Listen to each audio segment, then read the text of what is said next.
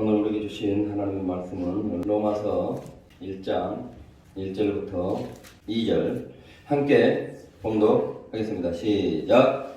예수 그리스도의 종 바울은 사도로 부르심을 받아 하나님의 복음을 위하여 택정함을 입었으니 이 복음은 하나님이 선지자들을 통하여 그의 아들에 관하여 성경에 미리 약속하신 것이라. 아멘. 다음은 고린도전서 9장 19절부터 23절까지 봉독하겠습니다. 함께 봉독하겠습니다. 시작.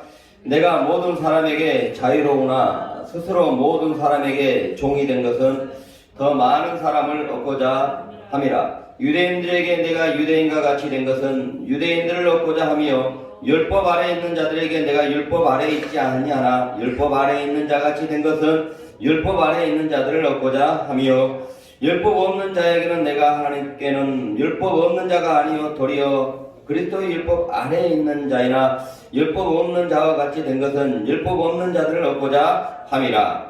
약한 자들에게 내가 약한 자와 같이 된 것은 약한 자들을 얻고자 하며 내가 여러 사람들에게 여러 모습이 된 것은 아무쪼록 몇 사람이라도 구원을 얻고자 함이니 내가 복음을 위하여 모든 것을 행함은 복음에 참여하고자 함이라. 아멘. 이제 오늘 하나님의 말씀을 전하도록 하겠습니다. 오늘은 지난 시간에 이어서 두 번째 시간으로 창조의 원리에 따르는 삶이라는 제목과 창조의 목적에 따라 사는 삶이라는 부제로 하나님의 말씀을 전하도록 하겠습니다. 여러분, 사람은 삶의 목표를 가지고 살아야 하는 것입니다. 나이가 많든 적든 간에 사람은 목표를 가지고 살아야 나태하지 아니하고 또 무료하지 아니하고 열정이 있는 삶을 살게 되는 것입니다. 이 삶의 목표는요, 우리의 인생을 아주 충실하게 해 줍니다. 그리고 우리의 인생을 나태하지 않게 하고요, 또 열정이 있게 합니다. 여러분들, 사람들이 왜 자꾸 나태한 삶을 살게 되겠습니까? 그것은 바로 삶의 목표가 없기 때문인 것입니다. 삶의 목표가 없기 때문에 자꾸 나태한 삶을 살게 되는 것입니다. 삶의 목표는요, 우리를 잠자리에서 일어나게 하고, 이 삶의 목표는 우리로 하여금 더러운 얼굴을 깨끗하게 하고, 세수를 하게 하고, 또 옷을 또 새롭게 갖춰 입게 하고, 일터를 향하게 합니다. 이 삶의 목표는요, 우리 인생을 움직이게 하는 원동력이 되는 것이죠. 삶의 목표는 분명 우리의 인생을 더욱더 충실하게 하는 원동력이 됩니다. 잠언서 29장 18절을 말합니다. 비전이 없는 백성은 방자히 행하나니 라고 말씀을 하고 있습니다. 여기서 방자히 행한다. 방자히라는 뜻은 벌거숭이가 되다 또는 멸망하다 라는 뜻으로서요, 인생의 목표가 없이 사는 인생은 하루하루 헛되게 사는 날들이 많게 되게 된다는 것입니다. 결국 그러므로 말미암아 자기 인생을 망가뜨리는 그러한 인생이 되고 만다는 것입니다. 꿈이 없는 백성들이 사는 나라는요, 망하게 되어 있습니다. 우리나라도 청년들이 희망이 있는 나라가 되어야 돼요. 비전이 있는 나라가 되어야 됩니다. 꿈이 있는 나라가 되어야 되는 거예요. 자꾸 사람들이 꿈 없는 사람 돼버리고 희망 없는 사람 돼버리고 비전이 없는 사람들이 자꾸 많아지면 나라는 망해갈 수밖에 없는 것입니다. 고린도전서 9장 26절입니다. 시작. 그러므로 내가 다른 일 하기를 향방 없는 것 같이 아니하고 싸우기를 허공을 치는 것 같이 아니하여 라고 바울은 말을 하고 있습니다. 바울은 살면서 삶의 목표가 아주 분명했다는 것입니다. 바울은 삶의 목표가 뚜렷했다는 것입니다. 여기서 향방이 없다라는 것은 바로 삶의 목표가 없거나 삶의 목표가 뚜렷하지 않거나 불분명하다라는 그러한 의미인 것입니다. 우리의 삶은 본문에 공독했던 말씀과 같이 경주와 같다라고 합니다. 경주와 같은 우리 인생에 목표가 불분명해서는 안 된다는 거예요. 우리 인생이란 경주와 같아서요. 목표가 없이 사는 인생들은 바로 목표를 보지 않고 뛰는 그런 달리기 하는 사람과 같다는 것입니다. 어떻게 되겠어요? 목표를 보지 않냐고 달리는 거예요. 가장 짧은 경주 달리기에 100m 달리기를 하는데 어떤 사람은 정말 그 목표점을 보고 자기 라인을 반듯하게 정말 열심히 달려가는데 나머지는 다 왼쪽 오른쪽 고개를 던져놓고 달리는 거예요. 어떻게 되겠냐는 것이에요. 우왕좌왕 부딪히는 사람도 있고 엉망돼버리는 거예요. 그들은 다 실패자가 되는 것입니다. 목표가 없이 사는 인생, 그 인생은요 허공을 치는 사람과 같다. 여기는 이제 권투 선수의 비교를 했거든요. 권투 선수가 상대방을 쓰러뜨리려면 상대방을 어떻게든지 상대방의 주먹이 날라와도 어떻게든지 내가 상대방의 내 목표에서 떠나면 안 돼요. 내가 쳐야 할 것 이것을 명확하게 보고 쳐야 된단 말입니다. 그런데 상대방의 주먹이 무서워가지고 자꾸 고개를 숙이고 막 주먹만 휘두르면 그게 다 헛된 힘이 돼버리잖아요. 헛된 수고가 돼버리잖아요. 삶의 목표가 없이 사는 인생, 삶의 목표를 뚜렷하게 하지 않고 사는 인생은 진리의 말씀에서는 허공을 치는 사람들과 같다. 경주를 하는 데 있어서 목표물을 정확히 보지 않고 뛰는 사람과 같다 라고 말을 하고 있습니다. 그러므로 여러분, 삶의 목표가 뚜렷해야 된다는 것입니다. 삶의 목표가 아주 분명해야 된다는 거예요. 그런데 중요한 것은 오늘 말씀을 보시게 되면 삶의 목표를 온전하지 못한 곳에 두지 말고 온전한 곳에, 영원한 곳에 두고 살아라 라고 말씀을 하고 있습니다. 오늘 말씀 고린도전서 9장 25절 공독하겠습니다. 시작. 이를 다투는 자마다 우리에게 젖지 않으니 그들은 썩을 승리자의 관을 얻고자 하되 우리는 썩지 아니할 것을 얻고자 하노라. 아멘. 이 말씀은요 예수를 믿게 됨으로 말미암아 구원받은 사도 바울이 자신도 이렇게 살고 있으니까 구원받은 자들이라면 인생의 목표를 일시적인 것, 그 일시적인 것에다가 두지 말고 영원한 곳에 두고 살아라 라고 하는 말인 것입니다. 본문에 썩을 승리자의 관을 얻고자 하되 우리는 그래서는 안 된다는 거예요. 이게 잘못된 것이라는 거예요. 이 고린도 지역에서 개최되었던 올림피안 그 경기에서는요 우승자에게는 그 야생에서 자라는 그 감나무의 잎으로 화환을 만들어 가지고 우승을 하게 되어지면 승자에게 그것을 이렇게 씌워줍니다. 그것은 승자의 영예로운 그러한 상징이 되는 것입니다. 하지만 아무리 영예로운 것이라 할지라도 아무리 화려하게 만들어진 화관이라 할지라도 그거 쓰고 있으면 얼마 되지 않아 다 사그라져 버려요. 시들어 버립니다.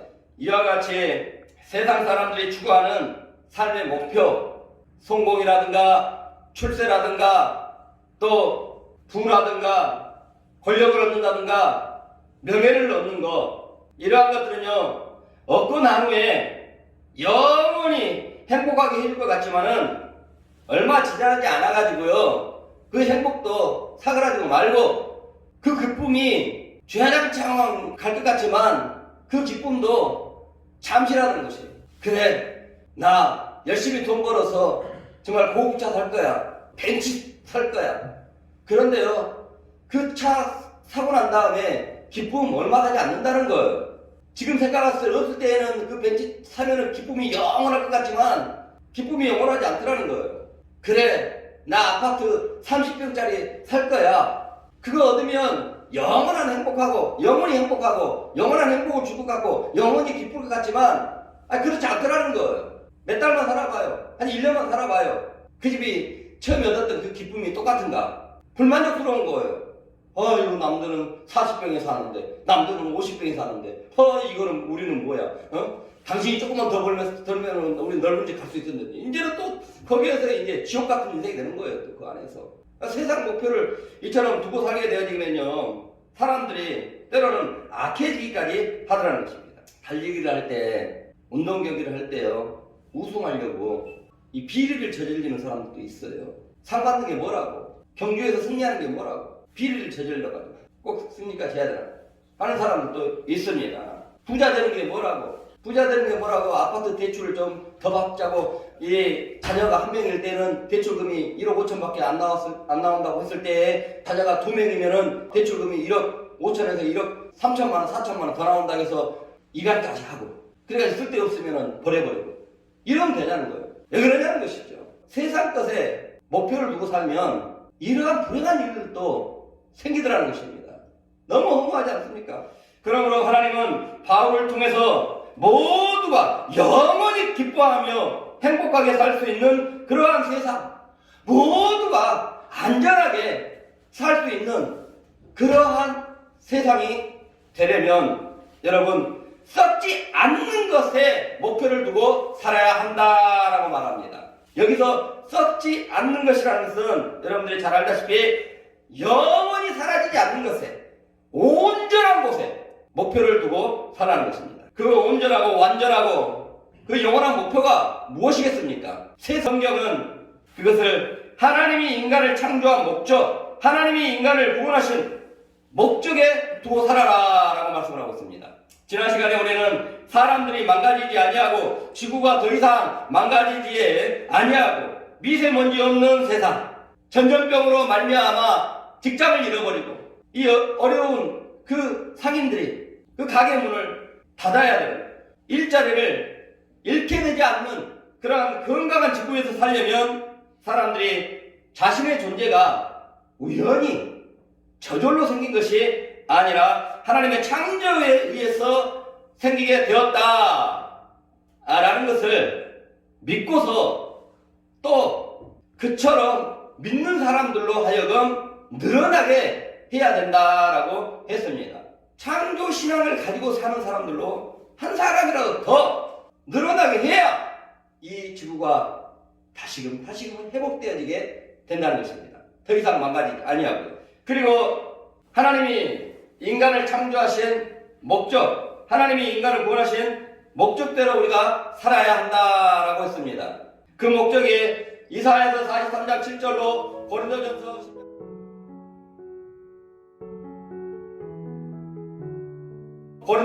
10장 31절로 그 목적이 무엇이라고 했습니까? 바로 하나님의 영광을 위해 살아야 한다라고 했습니다. 자, 오늘 다음으로 오늘 우리가 봉독한 로마서 1장 1절 본문의 말씀을 통해 알 수 있는 하나님의 인간 창조의 목적, 하나님의 인간의 구원의 그 목적은 바로 하나님의 복음을 위해 살라고 그리하셨다라는 것을 알 수가 있습니다.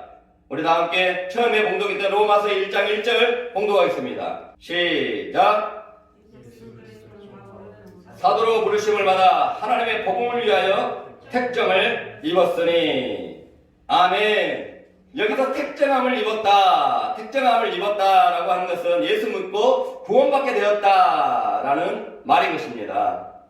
구원을 받았다는 것은 죄사함을 받게 되었다. 마귀의 자녀였던 사람들이 하나님의 자녀가 되게 되었다라는 것입니다.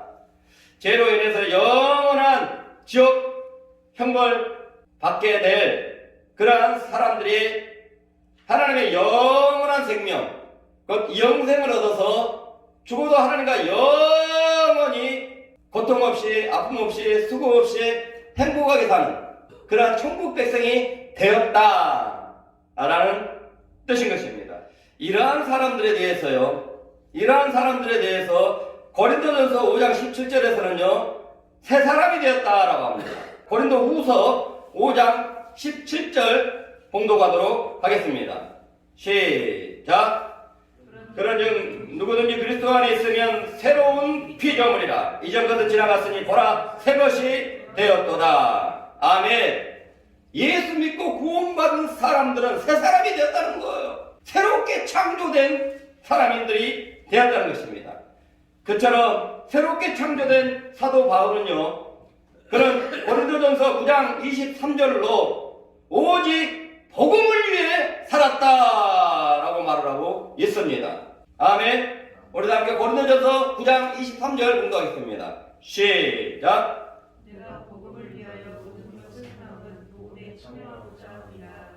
아멘. 사도 바울은요, 복음을 위하여서 모든 것을 행했다라고 말을 하고 있습니다. 그러니 사도 바울, 이 사도 바울은 구원받은 후에 인생의 궁극적인 목적을 하나님의 영광을 위해서도 살았지만 바로 이 복음을 위해서도 살았더라는 것입니다. 사도 바울은 예수 믿기 전에 학식이 아주 풍부한 사람이었습니다. 그런 자기 일에 참으로 충실한 사람이었어요. 그런 자기 일에 최선을 다하고 아주 특심이 있는 그런 사람이었어요. 종교적인 어떤 특심도 가득했습니다. 어느 날 예수가 하나님이다. 예수 믿어야만이 구원을 받는다. 이제는 할례를 안 받아도 예수 믿기만 하면 제사를 받는다. 하나님의 백성이 된다. 이렇게 주장하는 예수 따르는 제자들이 있는 거예요. 그래서 어느 날 그들을 체포하여 그것을 전하지 못하도록 옥에 가두고 그처럼 하기 위하여서 그들이 있는 다메섹을 향하여서 그들을 잡으러 갔다가 다메섹 도상에서 하나님의 신비한 빛을 보게 되게 됩니다. 그래서 눈을 못 뜨게 되죠. 맹인이 되어버립니다. 그럴 때 예수께서 그에게 왜 나를 그처럼 괴롭히느냐, 왜 나를 그처럼 핍박하느냐, 그러지 말라는 것이죠. 예수 제자들이 곧 나라는 거예요. 그러므로 말미암아 예수가 다시 부활했구나, 예수가 죽은 게 아니었구나, 정말 예수가 메시아였구나, 이걸 언제 또 깨닫게 되게 되냐면은 그 눈먼 사도 바울을 예수의 제자였던 아나니아가 예수의 이름으로 기도하자 눈이 뜨여지게 됩니다. 안 못 보던 사람이 빛을 보게 되어져요. 구원받게 되어진 거예요. 구원받게 되어진 게 상징인 것이죠. 그러므로 말미암아 사도 바울은 정말 인간이 죄악의 어둠 속에서 온전히 빛을 보고 해방될 수 있는 거 바로 예수 믿어야 되는구나 라는 것을 체험을 통해서 온전히 깨닫게 되게 됩니다. 주님의 음성이 들려옵니다. 이제는 너로 하여금 이방인들에게 복음을 전하는 사람으로 쓰게노라. 사도 바울을 구원해 주신 목적, 사도 바울을 새 피조물이 되게 해주신 목적, 새롭게 창조해 주신 목적, 바로 복음을 위해 살라고 그리했다는 것입니다. 그래서 구원받은 자들이라면 인생의 궁극적인 목적을 바로 하나님의 복음을 위해 살아야 한다는 것입니다. 여기서 복음이라는 것은 누가복음 4장 43절로 하나님의 나라에 관한 복음인 것입니다. 누가복음 4장 33절로 봉독하겠습니다. 시작. 내가 가진 동네에서도 하나님의 나라 복음을 전하여야 하리니 나는 이를 위해 분심을 받아오라 하시고. 아멘. 예수께서 이 땅에 오신 목적 바로 하나님의 나라를 회복하기 위해 오셨다는 것입니다. 그렇다면 그분의 죽으심으로 말미암아 그분의 생명을 얻은 사람들이라면 여러분들 인생의 궁극적인 목적을 하나님의 나라를 이루고 하나님의 나라를 확장하는 데 두고 살아야 한다는 것입니다. 아멘. 창세기서 1장 26절을 보시겠습니다. 다 함께 봉독하도록 하겠습니다. 시작. 하나님이 이르시되 우리의 형상을 따라 우리의 모양대로 우리가 사람을 만들고 그들로 바다의 물고기와 하늘의 새와 가축과 온 땅과 땅에 있는 모든 것을 다스리게 하자 하시고. 아멘. 하나님이 인간을 하나님의 형상에 따라 만드셨습니다. 여기서 하나님의 형상에 따라 만드셨다는 것은 바로 인간을 영적인 존재로 만들었다는 것이에요. 영적인 존재로 만들었다는 것은 하나님을 인간이 경배하며 하나님과 교제하는 대상으로 만들었다는 것입니다. 그런데 여러분들 보십시다. 원숭이가 하나님을 경배합니까? 매일같이 새벽 예배 드리는 원숭이 봤어요? 매일같이 모여가지고 박수치면서 찬양하는 원숭이들을 봤습니까? 한 마리도 없어요, 역사상. 왜 그러냐는 것이죠. 원숭이가 인간이 됐다면 그들 안에도 영혼이 있어야 되는 거예요, 영혼이. 그런데 그 원숭이들은 하나님을 경배하는 그러한 영적인 것이 없는 거예요. 하나님과 교제하고 하는 영적인 그러한 것이 없는 거예요. 그러니까 원숭이는 죽었다 깨나도 하나님 만드실 때 원숭이는 하나님의 형상에 따라 만들지 않았어요. 그러니까 원숭이들은 영원히 하나님을 찬양할 수 없는 것입니다. 아시겠어요? 그러니 원숭이가 사람이 되었다 라고 하는 것은 이거는 100% 200% 틀린 말인 거예요. 그럴 수가 없는 거예요. 그게 아닌 것입니다. 여기서 영적인 존재로 만들었다 라고 하는 것은 바로 또 하나님의 형상에 따라 만들었다 라고 하는 것은 인간은 말을 할 수 있는 존재로 만들었다는 것입니다. 그리고 또한 만물을 개발할 수 있는 지적인 능력을 주셨다는 것이에요. 하나님은 인간을 이 세상에서 가장 특별한 존재로 만드셨다는 것입니다. 하나님은 인간을 이 세상에서 가장 고귀하고 가장 존귀한 존재로 만드셨다라는 것입니다. 아멘. 진화론자들은요, 인간을 참으로 하찮은 파리, 모기 이러한 벌레로부터 진화되었다라고 합니다. 진화론대로 한다면요, 인간은 파리 목숨하고 똑같다는 거예요. 파리 목숨하고 모기 목숨하고 다를 바가 없다는 것입니다. 그러니 실제로요, 사람들의 목숨을 파리 목숨보다 타는 사람들이 있어요. 왜 그러냐는 것입니다.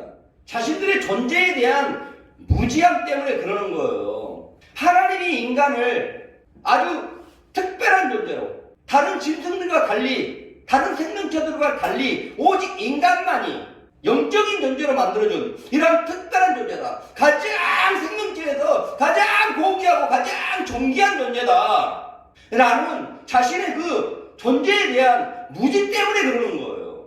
우리 인간은요, 여러분, 이 세상에서 가장 존귀한 존재된 것입니다. 할렐루야.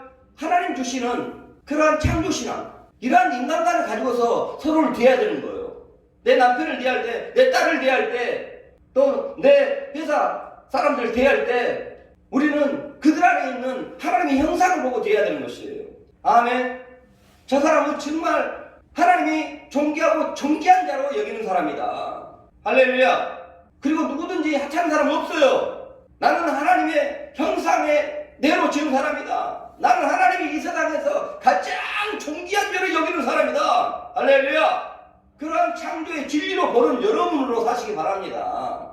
왜 하나님은 인간만이 이렇게 특별한 존재로 만들었을까요? 창세기서 1장 28절 보시게 되면은 하나님은 아담으로 하여금, 그 인간들로 하여금 하나님이 만들어 놓으신 하나님의 모든 피조물을 다스리시도록 하기 위해서 그리 하셨다라고 하는 것을 알 수가 있고요. 창세기서 2장 15절 보시게 되면은 모든 것을 관리할 수 있도록 하시기 위해서 그리 했다는 것을 알 수가 있습니다. 그처럼 세상 만물을 하나님을 대신하여 다스리는 권세를 가지고 또 관리자로 세움받은 인간에게 하나님이 명령을 하십니다. 창세기서 1장 28절입니다. 생육하고 번성하여 땅에 충만하라. 어디에다가 생육하고 번성하고 땅에 충만하라고요? 그때 당시는 에덴 동산인 것입니다.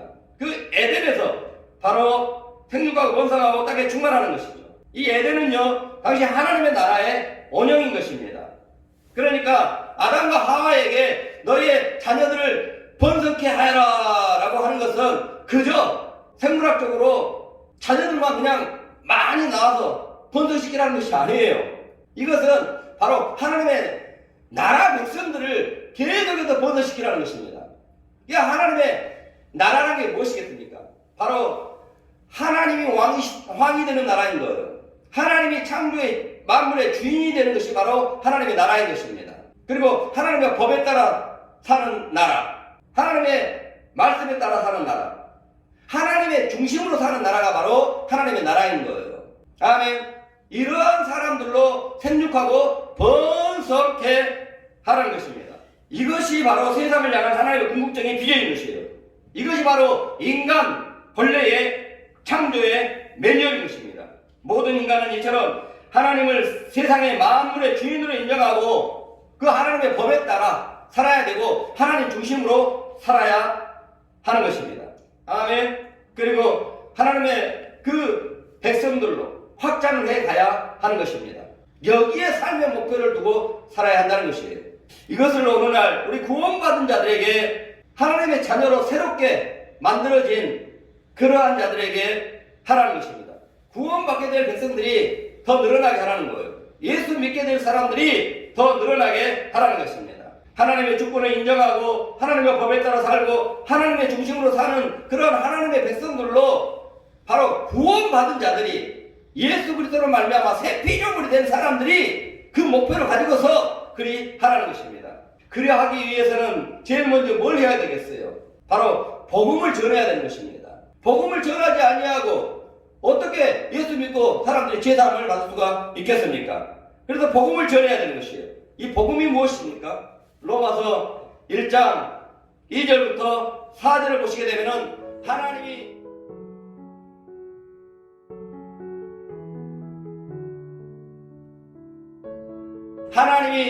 인간을 죄로부터 구원하여 주시기 위하여서 그 인류에게 예수 그리스도를 보내주셨다. 이것이 바로 복음인 것입니다. 인간은 죄 때문에 영원한 생명을 잃어버리게 되었잖아요. 그리고 죽고 난 다음에 그 죄 때문에 영원한 그러한 지옥 불못에 들어가는 심판을 받게 되었습니다. 그 죄사함을 받아야만이 지옥까지 아니하고 천국 갈 수가 있어요. 하지만 그 죄사함을 받으려면 죄의 값은 사망인 것입니다. 죽음을 치러야 돼요. 하지만 내가 살아야 돼요. 그렇기 때문에 죄값을 치르고도 내가 살려면 바로 그 죄값을 대신 죽어줄 사람이 있어야 돼요. 그런데 그 죽어줄 그 희생 제물은요, 죄가 하나도 없어야 돼요. 흠이 없어야 됩니다. 인간 중에 흠 없는 사람 한 사람이 없는 거예요. 그래서 바로 하나님께서는 죄 없는 우리 주 예수 그리스도를 이 땅에 보내주신 거예요. 그러므로 말미암아 그 예수께서는 모든 인류의 죄를 다 안으시고 그 죄값을 다 치러 놓으셨고, 누구든지 예수 그리스도를 믿기만 하면 바로 죄사함을 받고 하나님의 영원한 생명을 얻고 하나님의 영원한 백성이 되고 하나님의 자녀가 되는, 지옥까지 않게 되는 길을 열어 놓으신 것입니다. 아멘. 이것이 바로 복음인 것이에요. 이거를 믿지 않는 사람들에게, 믿지 않는 가족들에게, 여러분 주변 사람들에게 전하시기 바랍니다. 여러분, 예수 믿어야만이 죄사함 받을 수가 있어요. 예수 믿어야만이 구원받을 수 있습니다. 예수 믿으면 참 평안을 얻을 수가 있습니다. 예수 믿으면 죽음도 두려워하지 않고 살 수가 있습니다. 예수 믿으면 이 땅에서도 하나님과 함께 할 수 있는, 하나님의 보호를 받고 하나님의 인도를 받고 살 수 있는, 하나님의 도움을 받고 살 수 있는 사람이 될 수가 있습니다. 아멘. 이처럼 복음을 전해야 되는 것입니다. 이 복음을 삶의 목적에 두고 사시기 바랍니다. 그리고 하나님의 나라를 이루기 위해서 우리가 해야 될 것이 있다면 복음을 전하기만 하면 됩니까? 복음을 전하기만 하면 돼요. 그보다 또 중요한 것이 있다면 바로 하나님의 영광을 보여주는 자들로 살아야 하는 거예요. 아멘. 하나님의 영광을 위해 사는 삶이란, 하나님의 영광을 드러내는 삶이란, 이거는 어떻게 하는 것이 하나님의 영광을 드러내는 삶이냐고 했냐면, 출애굽기서 33장 18절부터 22절을 보시게 되면 하나님의 성품을 드러내고 사는 삶이 바로 하나님의 영광을 드러내는 삶이라겠습니다. 출애굽기서 33장 18절을 보시게 되면 하루는 모세가 하나님께 하나님이여 영광을 보이소서라고 합니다. 그러니까 하나님이 출애굽기서 33장 19절로 보시게 되면은 여호와 이름을 선포하셔요. 하나님의 영광을 보여달라고 그랬는데 여호와 이름을 선포하시네. 그러면서 이어서 바로 하나님의 성품은 이렇다라고 알려주십니다. 은혜롭고 자비로운 나다라고 알려주십니다.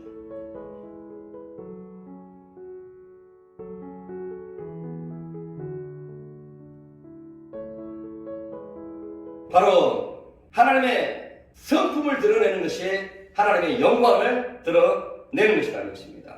아멘. 기적보다 하나님의 능력을 나타내는 것보다 더 중요한 게 뭐라고 그랬어요? 하나님의 나라를 보여주고 하나님의 살아계심을 보여주고 예수 그리스도를 믿지 않는 사람들에게 예수 그리스도를 믿게 하는 그러한 위해서 하나님의 능력을, 기적을 베풀어 보여주는 것보다 더 중요한 것은 그 사람의 성품이라고 했습니다. 하나님의 기적을 보이게 했는데 그 사람의 성품이 너무나 엉망인 거예요. 사람들을 시기하고 또 자기 마음에 들지 않는 사람이 있으면은 어떻게든지 보복하고 기적을 베풀었는데 그 사람이 그렇게 사는 거야. 그러니 그 사람의 기적이 저건 사단이 일으키는 기적이야. 도대체가 하나님의 기적이야. 네 기적은, 네가 일으킨 능력은 도무지 내가 하나님으로 볼 수가 없다. 그 사람이 믿는 하나님을 안 믿어버리는 거예요. 그러니 기적보다 능력보다 더 중요한 게 뭐냐면 바로 하나님의 백성들에게서는 하나님의 성품을 나타내는 것이라는 거예요. 그것이 곧 하나님의 영광을 보여주는 것이라는 것입니다. 아멘. 오늘 본문에 하나님의 복음을 위해서 사도 바울이 나타냈던 성품이 뭡니까? 바로 사도 바울은요, 하나님의 복음을 제일의 가치로 여기고 살았다는 것입니다. 아멘. 그리고 복음을 위해서라면 19절 모든 사람들에게 종이 되었다라고 말씀하고 있습니다. 고린도전서 9장 19절입니다. 시작. 내가 무슨 사람에게 자유로우나 스스로 모든 사람에게 종이 되는 것은 더 많은 사람을 얻고자 하노라. 아멘. 이게 바로 사도 바울의 복음을 위한 성품인 거예요. 하나님의 나라를 이루기 위한 성품인 거예요. 사람들로 하여금 구원받도록 하기 위하여서 바로 사람들에게 자기가 스스로 자유의 제한을 받는, 제재를 받는, 스스로 그랬다는 거예요. 자유를 반납할 수도 있는, 스스로 그러한 종이 되는 삶을 살았다는 것입니다. 사도 바울은요, 이 율법에 해박한 사람이기 때문에 우상의 제물은 아무것도 아닌 걸 알아요. 그러니 마음대로 먹을 수도 있었습니다. 하지만 믿음이 약한 자들은 우상 제물을 먹으면 안 돼! 라고 알고 있는 사람들이 많았기 때문에 그런 사람들 실족당하지 아니하도록 하기 위하여서 우상 제물을 마음껏 자유롭게 먹을 수 있는데도 불구하고 그들 앞에서는 우상 제물을 안 먹어주는 거예요. 자신을 절제시킨 거예요. 말씀을 보시게 되면은 유대인들에게 유대인같이 하고 율법이 없는 자들에게 율법이 없는 자에게 하고 약한 자들에게는 약한 자들에게 하였다. 이 이유가 뭐냐? 사람들을 얻고자 그랬다는 거예요. 한 사람이라도 더 구원받고자. 이것은 율법이 없는 사람들은 율법이 없는, 나는 율법에 해박하지만 율법이 없는 이방인들은 그들의 눈높이에 맞추어서 대화를 해줬다는 것입니다. 상대방의 입장에 서서 늘 생각하고 말하고 이랬다는 거예요. 정말 하나님의 사람들이라면 무언가 누군가에게 말을 하고 할 때요, 언제나 사랑을 앞서야 될 줄 믿습니다. 하나님을 앞세우고 사는 사람들이 하나님의 백성 아니겠습니까? 믿습니까? 하나님을 앞세우고 사는 사람들이 하나님의 백성인 것입니다. 그렇다면 그 하나님의 백성들은요, 사랑을 앞세우고 사는 사람들이 바로 하나님의 백성이라는 거예요. 아멘. 무슨 말을 할 때요, 여러분들 이해를 앞세우시기 바랍니다. 내 아들과 내 딸과 대화할 때 여러분들이 가지고 있는 그 목표치 가지고, 그것 가지고, 여러분들 기준 가지고 아들, 딸을 대하지 마시고 자녀들 대하지 마시고 그들의 그 입장으로 낮추어야 되는 거예요. 그래야 화목을 깨지 아니하고 두 사람의 관계가 화평한 가운데서 내가 원하는 목표치로 끌어올 수 있는 대화를 할 수가 있는 것입니다. 아멘. 그렇지 아니하고 자기의 목표치가 너무 좋은 거예요. 어마어마하게 크고 좋은 거예요. 그 큰 것만 가지고서 그걸 담을 수 없는 그 아이의 심정인데 거기에다 막 집어넣으려고만 하고 있는 거예요. 그러면 내가 아무리 좋은 수준 높은 어마어마한 목표치를 가지고 얘기한들 그 아이가 그걸 소화를 못하는데 아무리 좋은 건데 무슨 소용이 있냐는 거예요. 조그만 박스에다가 곰덩어리 어마어마하게 큰 공을 갖다 집어넣어버리면 그 박스가 어떻게 되겠냐는 것입니다.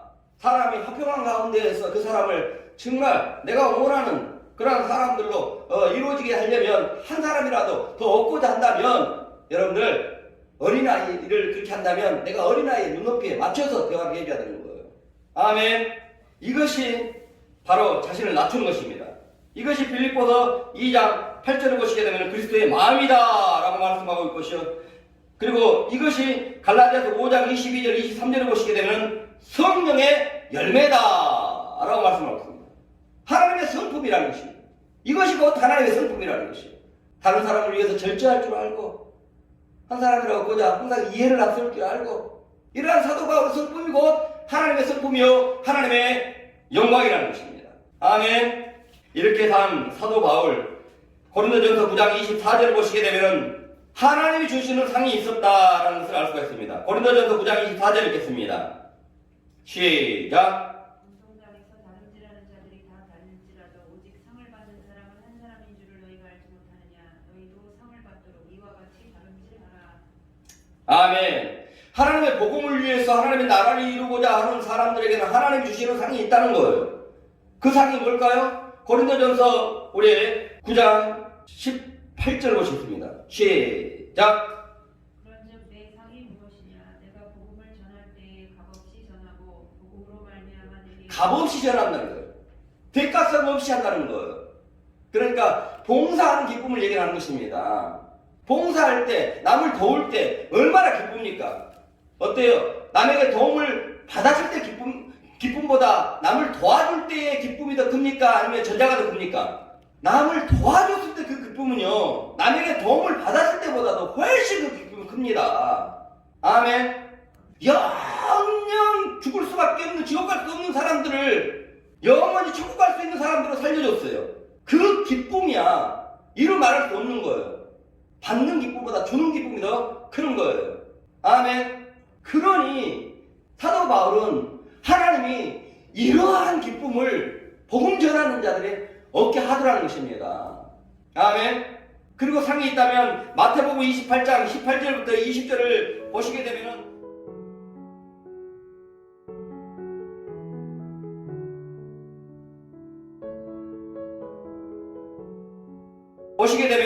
하나님이 세상 끝날까지 함께 해주리라 라고 말합니다. 하나님이 함께하면요 어떠한 어려운 일을 만나더라도 형통한 삶을 살 수가 있습니다. 그리고 전도자가 받는 상 마가복음 16장 17절부터 18절을 보시게 되면